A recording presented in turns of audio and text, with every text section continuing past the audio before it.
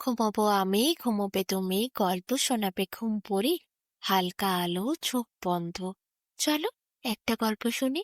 রাতের গল্প বাংলায়। আজকের গল্প ইন্দুর দেশের রানী। অনেকদিন আগের কথা। এক রাজ্যে রাজার দুই রানী ছিল, বড় রানী আর ছোট রানী। বড় রানী দেখতে অনেক সুন্দরী ছিল। ছোট রানী অতটা সুন্দরী না থাকলেও ছোট রানীর ভীষণ গর্ব ছিল তার রূপ নিয়ে। বড় রানীর রূপ তিনি সহ্য করতে পারতেন না, সবসময় নিজেকে সব থেকে শ্রেষ্ঠ মনে করতেন। দুই রানী একসাথে গর্ভবতী হল। বড় রানীর একটি কন্যা সন্তানের জন্ম দিলেন, ছোট রানীও একটি কন্যা সন্তানের জন্ম দিল। যত দিন পার হতে লাগলো, তত দুইটি কন্যায় যখন বড় হলো, সবাই দেখল বড় রানী কত সুন্দরী, কিন্তু তার কন্যা সন্তান কালো রঙের হয়েছে। আর ছোট রানী, সে বড় রানীর মতো অত সুন্দরী নয়, কিন্তু নিজের রূপ নিয়ে তার চরম গর্ব। তার কন্যা সন্তান অত্যন্ত সুন্দরী হয়েছে। আরো কয়েকটা বছর পার হলো। তারপর বড় রানীর কন্যা সন্তান দেখতে দেখতে বড় হয়ে একটি প্রচণ্ড কালো রঙের মেয়েতে পরিণত হলো।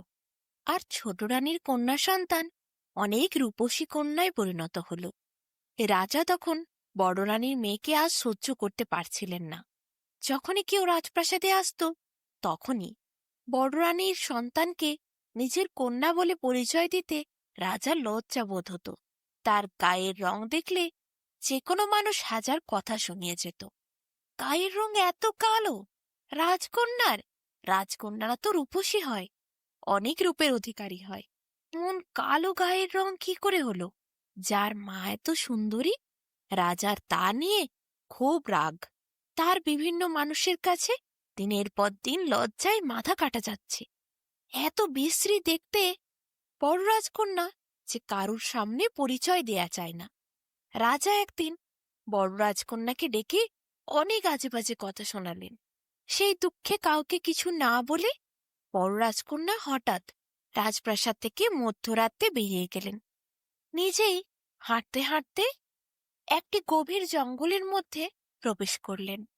এদিকে রাজবাড়িতে পরের দিন ভোর ভোর হইচই পড়ে গেল। বড় রাজকন্যাকে আর খুঁজে পাওয়া যাচ্ছে না। বড় রানীর মাথায় হাত, সে তো খাওয়া দাওয়া ছেড়ে কাঁদতে বসেছে। রাজা বুঝতে পারলেন তার সন্তানকে সে অনেক কটু কথা শুনিয়ে ফেলেছিল, সেগুলো হয়তো সে সহ্য করতে পারেনি। আর সত্যি, ভগবান কাকে কেমন বানাবে সেটাতে তো তার কোনো দোষ নেই। সবাইকেই যে সুন্দরী হতে হবে এমন কিছু মানে নেই। তাহলে আর গুণের দাম থাকবে কোথায়? সৌন্দর্যতাই তো সর্বোপরি হবে। যার গুণ যত বেশি, পৃথিবীতে তার মূল্য তত বেশি। গুণ দিয়ে বিচার করা উচিত, রূপ দিয়ে নয়। রাজা সেটা বুঝতে পারলেন যখন বড় রাজকন্যা অনেক দূরে চলে গেছে। রাজা নিজের মাথায় হাত দিয়ে বসলেন, ভাবলেন কি অন্যায়টাই তিনি করেছেন তার সন্তানের সাথে। অনেক খোঁজাখুঁজির পরেও বড় রাজকন্যাকে খুঁজে পাওয়া গেল না। ছোট রাজকন্যা আর ছোট রানী দুজনেই এ বিষয়ে অনেক খুশি ছিল। বড় রাজকন্যা চলে গেছে মানে তারা সম্পত্তির পুরো ভাগটাই পাবে, এটা নিয়ে মা মেয়ের দুজনের মনে ভীষণ আনন্দ ছিল। এদিকে বড় রানী খাওয়া দাওয়া ত্যাগ করলেন। তিনি কেমন একটা পাগল পাগল হয়ে গেছেন। সেই যে বড় রাজকন্যা সেদিন রাতে গভীর জঙ্গলের মধ্যে প্রবেশ করেছিল, সেখানেই সে দেখতে পেয়েছিল একটি ছোট্ট মাটির কুঁড়ে ঘর।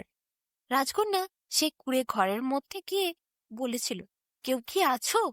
একটি অনেক বৃদ্ধা মহিলা বেরিয়ে এসে বলল, কে রে এত রাতে গভীর জঙ্গলে?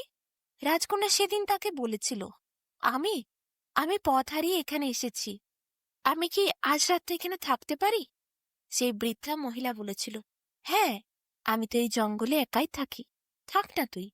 পরের দিন সকালবেলা রাজকন্যা তাকে সব কথা খুলে বলেছিল। তার কোনো ঠিকানা নেই, যাবারও জায়গা নেই। সে যে অনেক কালো, গায়ের রং তার অনেক চাপা, তাই তার বাবা লোকের সামনে মেয়ের পরিচয় দিতে লজ্জা বোধ করে। সেই দুঃখে বাবাকে আর কষ্ট দিতে চায় না, সে রাজবাড়ি ছেড়ে চলে এসেছে বেরিয়ে। বুড়িকে সব কথা জানিয়েছিল রাজকন্যা। বুড়ি সেদিন বলেছিল, আমার তো কেউ নেই সাতকুলে, আমি এখানে একাই থাকি। তুই আমার সাথে থাকতে পারিস। বুড়ির সাথে সেই থেকে রাজকন্যা সেই গভীর জঙ্গলের মধ্যে রয়ে গেছিল। আজ অনেক দিন কেটে গেছে। বুড়ির কাছে আশ্রয় পেয়ে রাজকন্যা অনেক ভালোই আছে বুড়ির সাথে। বুড়ি অবশ্য তার গায়ের রং চাপা বলে কথা শোনায় না। সেটা রাজকন্যার সব থেকে বেশি ভালো লাগে। রাজকন্যা একটি সাধারণ মেয়ের মতোই বুড়ির সাথে দিন কাটায়। কত কাজ করে দেয় বুড়ির। বুড়িকে সে ঠাকুমা বলে ডাকে। আর বুড়িও নাতনির মতো ভালোবাসে রাজকন্যাকে। হঠাৎ করে অনেকদিন পর প্রায় 200টি ইঁদুর এসে বুড়ির দরজার সামনে হাজির হল। রাজকন্যা ছুটে এসে বুড়িকে বলল, দরজার সামনে কত ইঁদুর এসেছে গো ঠাকুমা, কি করব এরপর? ঠাকুমা হেসে বলল, না রে না, অত চিন্তা করার কিছু নেই, ওরা যে সব আমাদের দেশের লোক রে। রাজকন্যা তো অবাক, ইঁদুররা আবার দেশের লোক মানে? বুড়ি বলল, শোন, আমি অনেক দূরে, ইঁদুর দেশের রানী। আমি এখানে আসি, মাঝে মধ্যে এই জঙ্গলে একটু নিরিবিলিতে দিন কাটায়। তুই তার মধ্যেই আমার কাছে এলি। ছদ্মবেশে থাকতে হয় রে। ইঁদুর দেশের রানী বলে লোকে জানলে সে কত ঝামেলা জানিস। কয়েকটা দিন শান্তিতে থাকবো বলে ছদ্মবেশ ধারণ করি। আজ ধরে আমি আমার আসল রূপ দেখাই। বিশাল বড় এক আলোর ঝলকানি দিয়ে বুড়ি নিজের রূপে ফিরে এলো। কি সুন্দর দেখতে সে, সত্যি মহারানী। গোটা গা ভর্তি সোনার অলংকার, কি সুন্দর জড়ি দেয়া কাপড়, মাথায় হীরের মুকুট, চকমক করছে গোটা শরীর। রাজকন্যা তো দেখে অবাক হলো। সত্যি তো এই বুড়ি নয়, মহারানী। ইঁদুররা সব মাথায় হাত দিয়ে দিয়ে পেন্নাম করল। বুড়ি বলল, অনেক দিন হলো ছদ্মবেশে থাকা, এরপর আমার যে যাবার সময় হয়েছে, তাই ওরা আমায় ডাকতে এসেছে। তখন সেই ছোট্ট রাজকন্যা বলল, তাহলে আমার কি হবে? আমি কোথায় থাকবো? আমি তো তোমার সাথে এতদিন থাকতাম এখানে। বুড়ি সেই রাজরানীর বেশে বলল রাজকন্যাকে, তুই কেন থাকবি একা? আমি তোকে নিয়ে যাব আমাদের ইন্দুর দেশে। আমি সেখানে রাজরানী, আমি যা বলবো তাই হবে। তুই আমার নাতনির মতো থেকেছিস, এখন আমার সাথেই রাজবাড়িতে গিয়ে থাকবি ইঁদুর দেশে, তোর কোনো অসুবিধা হবে না। রাজকন্যা খুব খুশি হলো। ইঁদুরদের সাথে আর ইঁদুর রানীর সাথে রাজকন্যা গেল ইঁদুর দেশে। সেখানে ইঁদুর রানী রাজকন্যাকে খাইয়ে পড়িয়ে সব শেখালো। কত অস্ত্র বিদ্যা শেখালো, কত পড়াশোনা শেখালো। সব বিদ্যা শিক্ষা সম্পূর্ণ করে রাজকন্যাকে পরিপূর্ণ করল। আরো 8-10 বছর কেটে গেছে এখন। ইন্দুর রানী বলল, তুই সব শিক্ষায় পরিপূর্ণ হয়েছিস মা, এরপর তুই হবি আগামী দেশের রানী। আমার পরে আমার জায়গায় বসবি তুই। রাজকন্যা খুব খুশি হলো। ইন্দুর রাজ্যের সব ইঁদুররা মহারানীর কথা মতো আগামী দিনের রানীকে মানে রাজকন্যাকে অনেক সম্মান দিত। রাজকন্যা সেখানে খুব সুখে ছিল। ইঁদুররা খুব ভালো, কত তার সাথে গল্প করে, খেলা করে, কত তাকে সম্মান দেয়। ওই তার নিজের দেশের মতো শুধু রূপ নিয়ে আর শুধু চেহারা নিয়ে মানুষকে খোঁটা দেয় না। ইঁদুররা মন দেখে, রূপ নিয়ে তাদের অত মাথা ব্যথা নেই। কে কার সাথে কেমন ব্যবহার করে, কার মন কত ভালো, কে কাকে কত ভালোবাসে, স্নেহ যত্ন ভালোবাসা দেয়, সেটাই তাদের কাছে সর্বোপরি। রূপে কে কত সুন্দর সেটা দেখার তাদের দরকার ছিল না। দূররাজ্যে অনেক দিব্য জিনিসও ছিল, অনেক জাদুর জিনিস ছিল, যেগুলো পৃথিবীতে কোথাও পাওয়া যেত না। ইঁদুর রাজ্যেই সেগুলো পাওয়া যেত শুধু।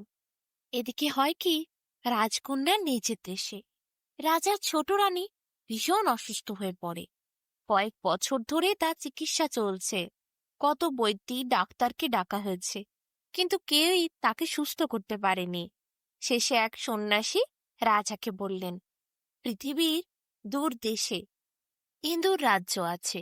সেই ইন্দুর রাজ্যের মধ্যে আছে হলুদ আপেলের গাছ। হলুদ আপেলের যদি বীজ ভালো করে মধু দিয়ে বেটে ছোট রানীকে খাওয়ানো যায়, তাহলে ছোট রানী আবার সুস্থ হবে। রাজা এরপর সে ইন্দুর দেশে যাওয়ার জন্য রওনা দিলেন। অনেক পথ অতিক্রম করার পর তিনি পৃথিবীর শেষ প্রান্তে সেই ইন্দুর দেশে গিয়ে পৌঁছলেন। ইন্দুর রানীর সাথে গিয়ে দেখা করার জন্য তিনি রাজদরবারের কাছে এসে হাজির হলেন। কিছু ইন্দুর প্রহরীরা এসে রানীকে বলল, দূর দেশের থেকে এক রাজা এসেছেন। তিনি নাকি আমাদের দেশের হলুদ আপেলের বীজ চান তার রানীকে সুস্থ করার জন্য। আপনার সাথে অনুমতি একবার নেওয়ার জন্য দেখা করতে চাই। ইন্দুর রানী বলল, হ্যাঁ, তাকে ভেতরে প্রবেশ করতে দেয়া হোক। রাজা ভেতরে প্রবেশ করে দেখেন ভীষণ বড় স্বর্ণ প্রাসাদের এক উঁচু সিংহাসনে বসে আছে ইন্দুর রানী। তার পাশেই বসে আছে তার রাজকন্যা। রাজা তো দেখে অবাক হয়, এ কি, ইন্দুর রানীর পাশে তার মেয়ে! রাজকন্যাও চিনতে পারে তার পিতাকে। রাজকন্যার কাছে গিয়ে ছুটে রাজা তাকে বুকে জড়িয়ে ধরে, বলে, মা, আমায় ক্ষমা করতে, আমি তোর সাথে অন্যায় করেছি।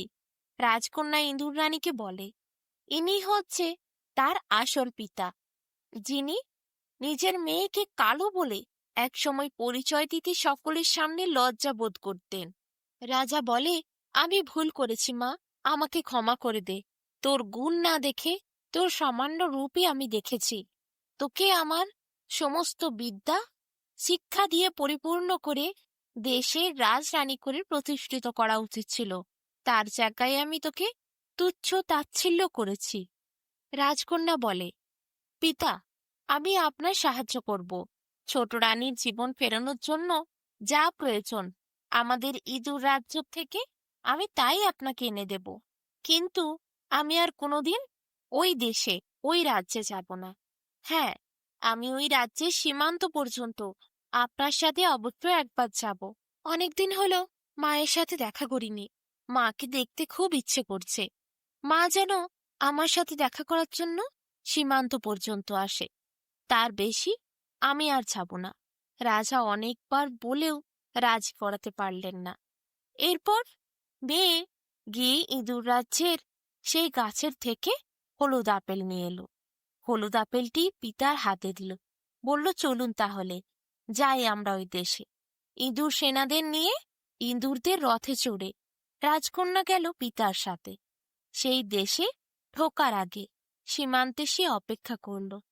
রাজা তাড়াতাড়ি রাজপ্রাসাদে ফিরে গিয়ে হলুদ আপেলের বীজ বার করে মধু দিয়ে পিষে ছোট রানীর মুখে দিলেন। ছোট রানী অমনি আগের মতো সুস্থ হলো। তারপর বড় রানীকে গিয়ে সব কথা বললে। বড় রানী সীমান্তের সেই প্রান্তে ছুটে এলো যেখানে রাজকন্যা অপেক্ষা করছিল। রাজকন্যাকে দেখে বড় রানী হাউ হাউ করে কাঁদল, বলল, একটা দিনও মা আমি সুখে থাকিনি। আমাকে নিয়ে চল তোর সাথে, আমি থাকবো না এখানে। রাজকন্যাকে কিছুতেই ছাড়তে বড় রানী রাজি হল না। রাজাকে বলে এরপর রাজকন্যা তার মাকে নিয়ে ইঁদুর দেশে গেল। রাজা এদিকে নিরুপায় হয়ে রইল ছোট রানীর সাথে। রাজার সাথে দেখা করার জন্য মাঝে মধ্যেই বড় রানী আর রাজকন্যা ওই রাজ্যে আসত। দেখা সাক্ষাৎ করে আবার মাকে নিয়ে রাজকন্যা ইঁদুর দেশে ফিরে যেত। পরবর্তীকালে সেই দেশের মহারানী হয়েছিল রাজকন্যা। ইঁদুর দেশের রানী যেমন বলেছিল তেমনই করে দেখিয়েছিল। সেই রাজকন্যাকেই করেছিল ইঁদুর দেশের রানী। রানী মেয়ের কাছে খুব সুখে বড় রানী থাকলো ইঁদুর দেশে। মাঝে মধ্যে তারা আসত নিজের দেশে। রাজকন্যা পিতার সাথে দেখা করত, তারপর আবার মাকে নিয়ে এসে মাকে নিয়েই চলে যেত। এইভাবেই রাজকন্যা হয়ে উঠল ইঁদুর দেশের রানী।